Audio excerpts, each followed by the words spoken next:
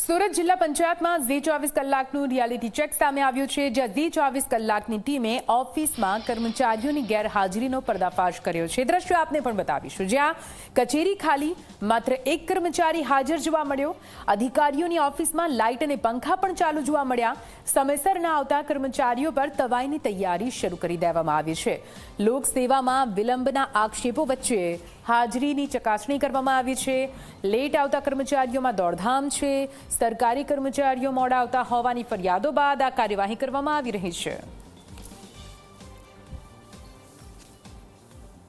સરકારી કચેરીઓ માટે ખાસ કરીને 10:30 વાગ્યાનો સમય નક્કી કરવામાં આવ્યો છે, ત્યારે ઝી 24 કલાકની ટીમ સુરત જિલ્લા પંચાયતની કચેરી ખાતે આવી પહોંચ્યા છે। આપ જોઈ શકો છો, સિંચાઈ ખાતાની આ ઓફિસ છે, ત્યાં ઝી 24 કલાકની જે ટીમ છે તે ટીમ રિયાલિટી ચેક કરવા માટે આવી પહોંચી છે। આપ જોઈ શકો છો 10:31 થઈ ગઈ છે અને ખાસ કરીને હજુ સુધી એક જ કર્મચારી આવ્યો છે। આખી જે ઓફિસ છે તે ખાલીખમ જોવા મળી રહી છે। આપ જોઈ શકો છો, આખી ઓફિસમાં ફક્ત એક જ જે કર્મચારી છે તે સમયસર આવી ચૂક્યા છે અને લાઇટ, પંખા અને વીજળી જે છે તે વીજળીનો આ રીતે વ્યય થતો નજરે પડી રહ્યો છે। ખાસ કરીને રાજ્યના મુખ્યમંત્રી દ્વારા તમામ જે સરકારી કચેરીઓ છે તેમાં વીજળી બચત માટે લોકોને અપીલ કરવામાં આવી છે, પરંતુ આપ જોઈ શકો છો સરકારી કચેરી છે જ્યાં તમામ જે લાઇટ અને પંખા છે તે આ રીતે ચાલુ છે અને વીજળીનો વ્યય થતો હોય તે રીતના જે દ્રશ્યો છે તે જોવા મળી રહ્યા છે। હું કેમેરામેનને કહીશ કે ધીરે ધીરે આગળ આવવાનો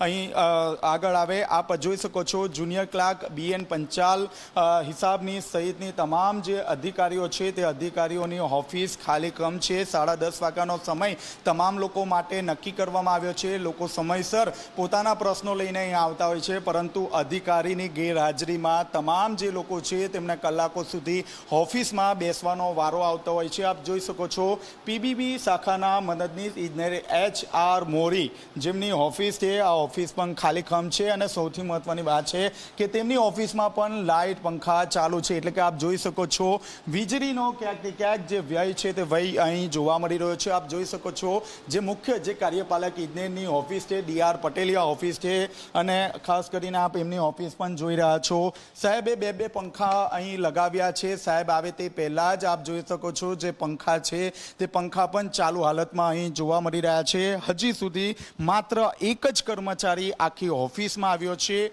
લોકો પ્રશ્ન લઈને આવે છે, પરંતુ પ્રશ્નોનું નિરાકરણ થતું નથી, કારણ કે જે અધિકારી અને જે કર્મચારીઓ છે તે લેટ લતીફ છે। આપ જોઈ શકો છો 10:34 થઈ ગઈ છે, તેમ છતાં હજુ સુધી કોઈ કર્મચારી આવ્યા નથી। આપણી સાથે અધિકારી જોડાયા છે। જી સર, હજુ સુધી કેટલા કર્મચારી અહીં હોય છે અને ક્યારે આવશે તમામ? બધા વરસાદ પડ્યો એટલે કરે થોડા એમ લેટ થતા હોય કદાચ। એટલે કેટલા વાગ્યાનો સમય છે? 10:30 નો ખોડો। આપ વહેલા આવી ગયા છો?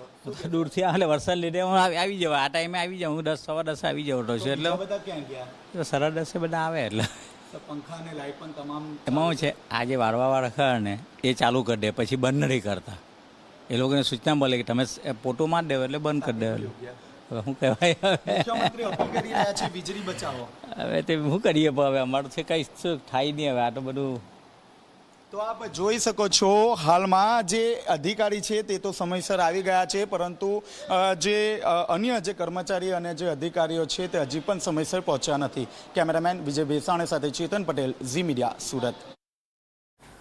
તો આપ જુઓ, સરકારી કર્મચારીઓ લેટ લતીફ હોય છે તેવી ફરિયાદો વારંવાર ઉઠતી રહે છે। જો કે વારંવાર સરકાર દ્વારા પણ કડક એક્શન લેવામાં આવતા હોય છે।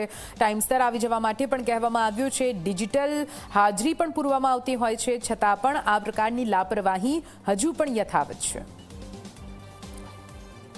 સુરત જિલ્લા પંચાયતના નવા પ્રમુખ અને ઉપપ્રમુખની વરણી થઈ છે, ત્યારે ખાસ કરીને જે આકસ્મિક જે મુલાકાત છે તે કરવામાં આવી રહી છે। આપ જોઈ શકો છો, છેલ્લા કેટલાય સમયથી જે પ્રમુખ અને ઉપપ્રમુખને માહિતી મળી રહી હતી કે કર્મચારીઓ લેટ લતીફ છે, 10:30ના બદલે તેમનો સમય જે છે તે 11 વાગ્યા સુધી પહોંચી જતા હોય છે। લોકોનો જે પ્રશ્નનું નિરાકરણ થવું જોઈએ તે પ્રશ્નનું નિરાકરણ નથી થઈ રહ્યું। ત્યારે આપ જોઈ શકો છો, આખી ઓફિસમાં માત્ર એક જ કર્મચારી છે। આપણે તેમની સાથે વાતચીત કરવાનો પ્રયાસ કરીશું કે તેમનું શું કહેવું છે આપ જોઈ શકો છો હાલમાં આખી જે કચેરી છે તેમાં એક જ કર્મચારી હાજર છે, અન્ય જે કર્મચારીઓ છે તે ગેરહાજર છે. લોકો પોતાના પ્રશ્ન લઈને આવતા હોય છે પરંતુ પ્રશ્નનું જે નિરાકરણ છે તે થતું નથી અને આ રીતે આકસ્મિક જે મુલાકાત છે તે મુલાકાત કરવામાં આવતી હોય છે. ખાસ કરીને આપ જોઈ શકો છો સિંચાઈ વિભાગ, ખેતીવાડી અને શિક્ષણ વિભાગની ઓફિસો અહીં આવી છે પરંતુ કોઈ પણ કર્મચારી કે અધિકારી અહીંયા આવ્યા નથી. જી સર, હજુ કોઈ પણ અધિકારી નથી આવ્યા, શું કહેશો?